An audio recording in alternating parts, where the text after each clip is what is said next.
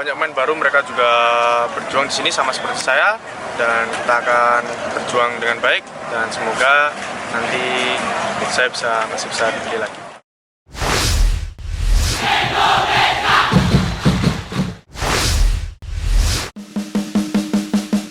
Timnas Indonesia diprediksi tak masuk final Piala AFF 2022.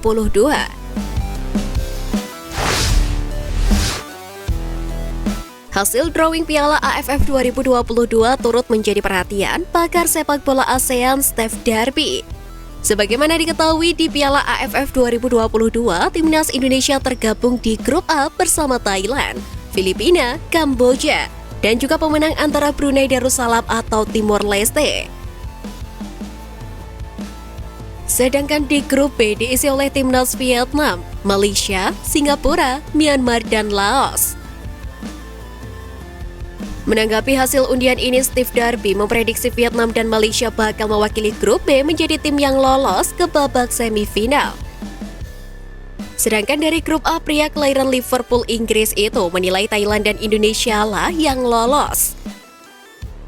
Meski menjagokan Indonesia lolos ke semifinal, Steve Darby meragukan tim asuhan Sintayong bisa ke final.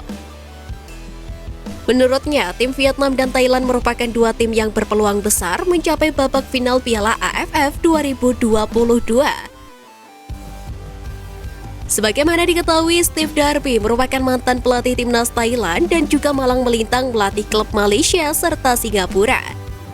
Steve Darby sendiri sering melontarkan kritiknya terhadap timnas Indonesia. Meskipun begitu, di bawah asuhan Sintayong dan dengan adanya skuad yang lengkap, bukan tidak mungkin timnas Indonesia mampu membungkam semua keraguannya.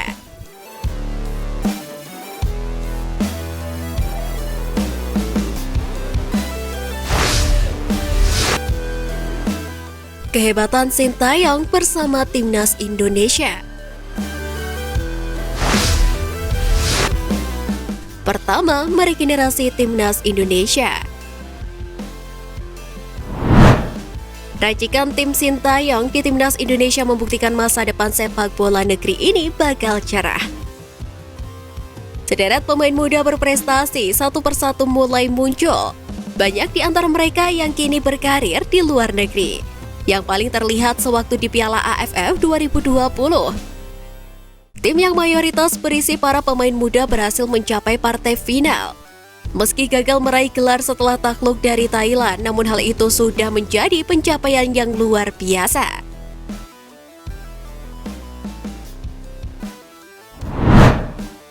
Kedua, runner-up Piala AFF 2020.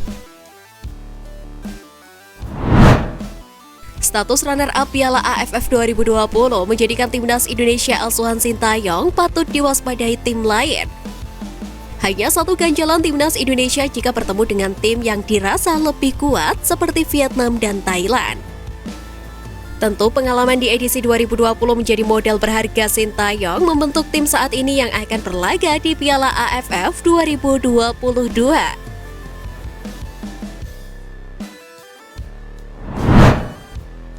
Ketiga, medali perunggu SEA Games 2021. Menukangi tim muda dengan beberapa pemain senior, timnas Indonesia U23 sempat diberi medali perunggu Sintayong di SEA Games 2021. Torehan itu membawa Indonesia mengkoleksi 5 medali perunggu dalam sejarah SEA Games pada cabang olahraga sepak bola.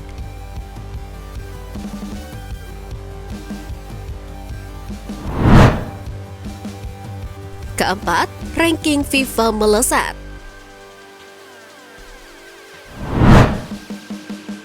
Prestasi lain Sintayong selama menukangi timnas Indonesia adalah membuat ranking FIFA skuad Garuda melesat naik. Sebelumnya Indonesia masuk 175 peringkat dunia. Setelah diasuh oleh Sintayong selama kurang lebih 2,5 tahun mampu naik 20 peringkat di atasnya. Hal ini juga tidak lepas dari deretan kemenangan yang diraih timnas Indonesia baik di turnamen resmi maupun FIFA Matchday.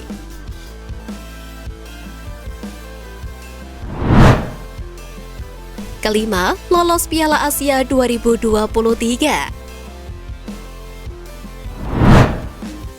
tak mudah untuk lolos ke Piala Asia 2023 dengan menjalani babak kualifikasi di Kuwait. Adaptasi cuaca menambah kesulitan timnas Indonesia. Meski begitu, timnas Indonesia untuk pertama kalinya dalam 42 tahun berhasil mengalahkan tuan rumah Kuwait dan memastikan 6 poin hingga akhir babak kualifikasi. Status runner-up terbaik membawa timnas Indonesia lolos ke putaran final Piala Asia 2023.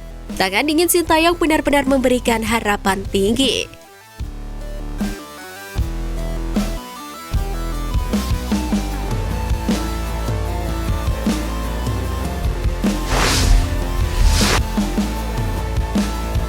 Kekurangan timnas U19 Indonesia menurut Ronaldo Kuateh.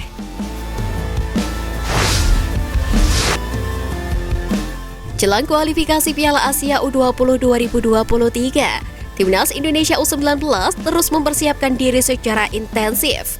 Hal tersebut dibuktikan lewat pemusatan latihan yang telah dilakoni sejak 25 Agustus lalu. Meski sudah menjalani TC dengan serius, penyerang timnas Indonesia U19 Ronaldo Kuateh mengatakan ada 2 hal yang masih perlu dibenahi timnas Indonesia U19. 2 hal yang dimaksud adalah soal finishing dan chemistry yang harus ditingkatkan kembali. Ronaldo Kuateh mengakui bahwa penyelesaian akhir timnas Indonesia U19 masih mentah. Oleh sebab itu, penyelesaian akhir masih menjadi fokus Sintayong di TC kali ini. Seperti diketahui, finishing memang menjadi pekerjaan rumah timnas Indonesia U19. Bahkan sudah menjadi bahan evaluasi sejak Piala AFF U19 beberapa waktu lalu. Kegagalan timnas Indonesia U19 membobol gawang Vietnam dan Thailand menjadi contohnya. Padahal saat itu skuad Garuda Nusantara cukup banyak mendapatkan peluang matang. Selain itu, Ronaldo Kuateh juga menganggap bahwa para pemain timnas Indonesia U19 masih kurang chemistry. Untuk yang satu ini patut untuk diwajarkan sebab TC kali ini banyak dihuni oleh nama-nama baru.